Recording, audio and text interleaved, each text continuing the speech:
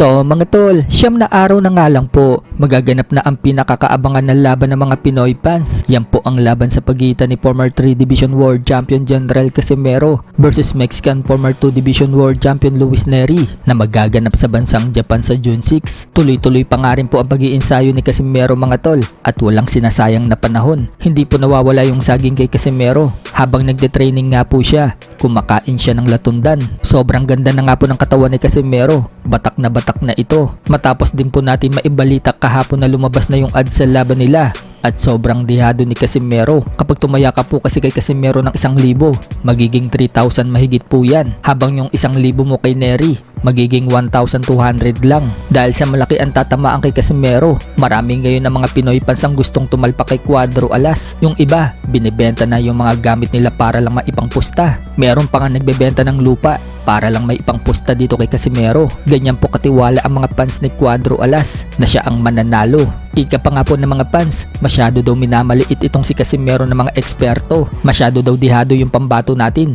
Kaya tingnan na lang daw sa magiging laban kung sino daw ang gagapang. Kahit nga mga tol yung hindi sanay tumaya, nagpapatulong na sa marunong tumaya para lang makapusta kay Cuadro Alas. So asahan po natin na ilang araw na lang, lilipad na po ang team Casimero pa Japan. Ganun nga din po itong si Kenneth Luber at Vince Paras. So sana manalo sila lahat sa Japan. Sa kabilang banda naman mga tol, matapos pong matalo at maagawan ng titulo si Melvin Jerusalem sa South Africa, nantalunin po siya ni si Yakul Wakusi sa kanilang rematch. Bagamat natalo po si Jerusalem mga tol, panalo naman po siya pag uwi niya ng Pinas dahil nagflex po si Jerusalem na nakabili na siya ng bahay at lupa sa isang subdivision. Nagpapasalamat daw siya sa ama sa biyayang binigay sa kanya. Dugo at pawis at luwa daw ang tinaya niya para sa pamilya. Mabigyan lang na magandang kinabukasan ng kanyang pamilya. Ganun pa man, hindi pa tapos ang boxing para kay Jerusalem. Magpapahinga lang siya at muling lalaban. Suggest naman po ng mga Pinoy fans, umakyat na daw ito ng 108 pounds or light flyweight division at doon naman daw siya magkampiyon. Sa isang video naman mga tol, habang bumibili ng pandesal si Jerusalem, sinubukan niya mag-alok ng pandesal.